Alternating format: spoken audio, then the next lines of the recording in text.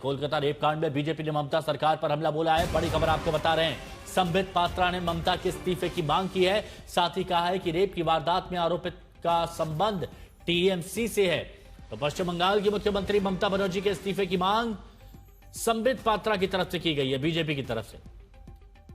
और यह भी कहा जा रहा है कि रेप की वारदात में जो मुख्य आरोपित है उसका सीधा संबंध तृणमूल कांग्रेस से है।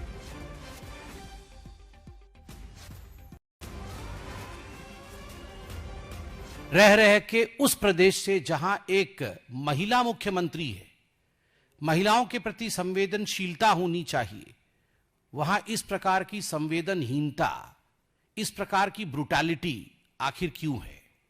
पीड़िता ने, विक्टिम ने खुद स्टेटमेंट जारी किया है, लिखित स्टेटमेंट। वह स्टेटमेंट भी मैं लेके आया हूं, उसके भी कुछ पोर्शंस आपके पास रखूंगा। उसको ध्यान से पढ़ा जाए तो एक बात स्पष्ट होता है कि यह पूरा रेप का जो गैंग रेप का जो कुचक्र हुआ है, यह कहीं ना कहीं स्टेट स्पॉन्सर्ड ब्रूटैलिटी है। यह है मनोजीत मिश्रा। और मनोजीत मिश्रा को आप किनके साथ देख सकते हैं? यह मनोजीत मिश्रा अभिषेक बनर्जी के साथ है। यह मनोजीत मिश्रा है मिनिस्टर चंद्रिमा भट्टाचार्य के साथ, जो ममता बनर्जी की काफी नजदीकी मंत्री मानी जाती है। यह मनोजीत मिश्रा है टीएमसी की काउंसिलर और ममता बनर्जी की sister in law Kajari Banerjee के साथ। कोलकाता कांड पर कानून मंत्री ने भी ममता सरकार पर हमला बोला। कानून मंत्री अर्जुन राम मेघवाल ने कहा कि बंगाल में कानून व्यवस्था पूरी तरह से बिगड़ गई है। देखिए, वेस्ट बंगाल में पूरी कानून की व्यवस्था बिगड़ी हुई है और जो तुष्टीकरण की राजनीति है उसके कारण और बिगड़ते जा रही है। उसी का ही ये परिणाम आपको देखने को मिला। और आप सवाल मेरे से इसलिए कर रहे हो कि भाई मैं देश का कानून मंत्री हूं। बिल्कुल। तो मैं निश्चित रूप से आपको बता रहा हूं, जो मुझे जानकारी मिली है कि ये अपीचमेंट पॉलिसी के कारण इस तरह की घटनाएं ज्यादा हो रही है। ये बंगाल के लिए दुर्भाग्यपूर्ण स्थिति है, कलंक है बंगाल पे। तो कोलकाता गैंगरेप कांड पर सियासत कैसे चरम पर है, ये आप यहां पर देख रहे हैं, क्योंकि सबसे पहले बीजेपी की तरफ से निशाना साधा जाता है और उसके बाद टीएमसी की तरफ से पलटवार भी किया जाता है। আমরা এটাই বলি যে মেয়েটি ন্যায্য বিচার পাক।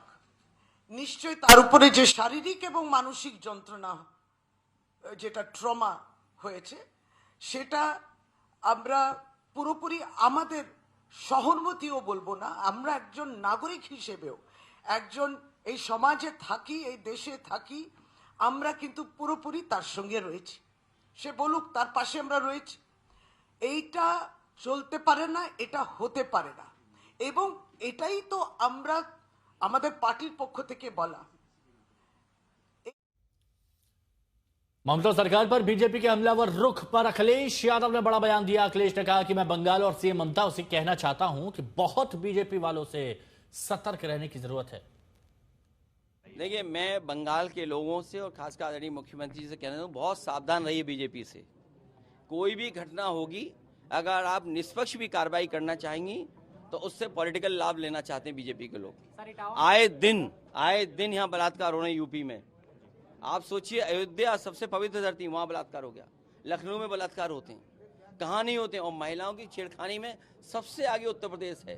वो इसलिए क्योंकि यहाँ की सरकार कानून व्यवस्था के अलावा सब पे ध्यान दे रही है। कोलकाता गैंगरेप कांड में गिरफ्तारी पर टीएमसी विधायक मदन मित्रा ने भी नरम रुख अपनाया है। टीएमसी विधायक ने कहा कि किसी के कहने पर कोई दोषी नहीं हो सकता है और इस मामले में किसी निर्दोष को सजा भी नहीं मिलनी चाहिए। দেখুন, আইন আছে, যদি কেউ অন্যায় করে থাকে তার বিরুদ্ধে বিচার হবে। কখনোই আমরা কখনো কোনো অভিযুক্তকে আড়াল করতে চাই না। বিচারক বিচার, তবে এইটা দেখতে হবে, আমাদের সংবিধান বলে দোষী ছাড়া পেয়ে যায় আপত্তি নেই, নির্দোষ যেন শাস্তি না পায়। আমাদের গীতা বা ভাগবতের কোনো জায়গায় এরকম লেখা নেই কেউ কাউর ঘনিষ্ঠ হলে তার বিরুদ্ধে কোনো আইন প্রয়োগ করা যাবে না, কিন্তু দেখতে হবে সত্যি সত্যি সে দোষী কিনা। যদি দোষী না হয় তাহলে শুধুমাত্র মিডিয়া হাইপ আর মিথ্যে প্রচারের কারণে তাকে যেন দোষী না করা হয়। कोलकाता रेप कांड पर कांग्रेस ने भी ममता सरकार को घेरा है। कांग्रेस नेता अधीर रंजन चौधरी ने कहा कि बंगाल के कॉलेजों में टीएमसी के दरिद्र बैठे हैं।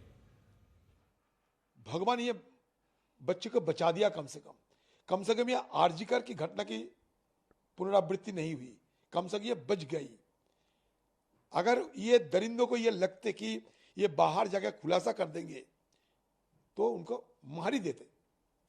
कम से कम भगवान की दुआई, भगवान की भरोसे ये बच्ची बच गई, अभी तक जिंदा है और हिम्मत दिखाई ये शिकायत दर्ज करने के लिए। न जाने कितने छात्रा को इस तरीके की कॉलेज की यूनियन रूम में बुला के, धमका के, डरा के जबरन सामूहिक दुष्कर्म किए जाते हैं बंगाल की कॉलेजों में, यह अंदाजा नहीं लगाया जा सकता। क्योंकि जानते हैं बंगाल में 2017 साल के बाद आज तक कोई कॉलेज में कोई छात्रों की कोई यूनियन बनाने की चुनाव नहीं हुई। मतलब सारे कॉलेज, जितने कॉलेज है बंगाल में, सब कॉलेज की जो स्टूडेंट्स यूनियन, वो यूनियन सत्तारूढ़ पार्टी के कब्जे में। वहां ना कोई चुनाव होते, ना कोई चुनाव में खड़े होते, ना कोई चुनाव में भाग लेते, कोई शिरकत करते, कोई ये व्यवस्था नहीं है, हिम्मत भी नहीं है। तो जितने कॉलेज बंगाल में, ये हर कॉलेज में हर यूनियन की सर पे बैठा दिया टीएमसी पार्टी के नेतागण को, वहां के दरिंदे लोगों को। और इससे पहले कोलकाता रेप केस में लॉ कॉलेज के सिक्योरिटी गार्ड को गिरफ्तार कर दिया गया और यह इस केस में चौथी गिरफ्तारी है। इससे पहले जो 3 गिरफ्तारियां हुई हैं, इनमें कॉलेज का एक पूर्व छात्र जो मुख्य आरोपी बताया जा रहा है। तीनों आरोपियों को 4 दिन की पुलिस हिरासत में भेज दिया गया है और इस मामले में पिछले साल कोलकाता के आरजीकर मेडिकल कॉलेज अस्पताल में एक जूनियर डॉक्टर के साथ रेप के बाद हत्या की यादों को ताजा कर दिया गया है। पीड़ित छात्रा ने आरोप लगाया कि 25 जून को तीनों आरोपियों ने उसे कॉलेज के एक कमरे में जबरन बंद कर दिया, जिससे मारपीट की और गैंगरेप की वारदात को अंजाम दिया गया। तो ये बड़ी खबर, ये इस शख्स को आप देख रहे हैं, एक और सिक्योरिटी गार्ड गिरफ्तार किया गया है। हालांकि पूछताछ की जा रही है कि इसकी क्या किरदार था।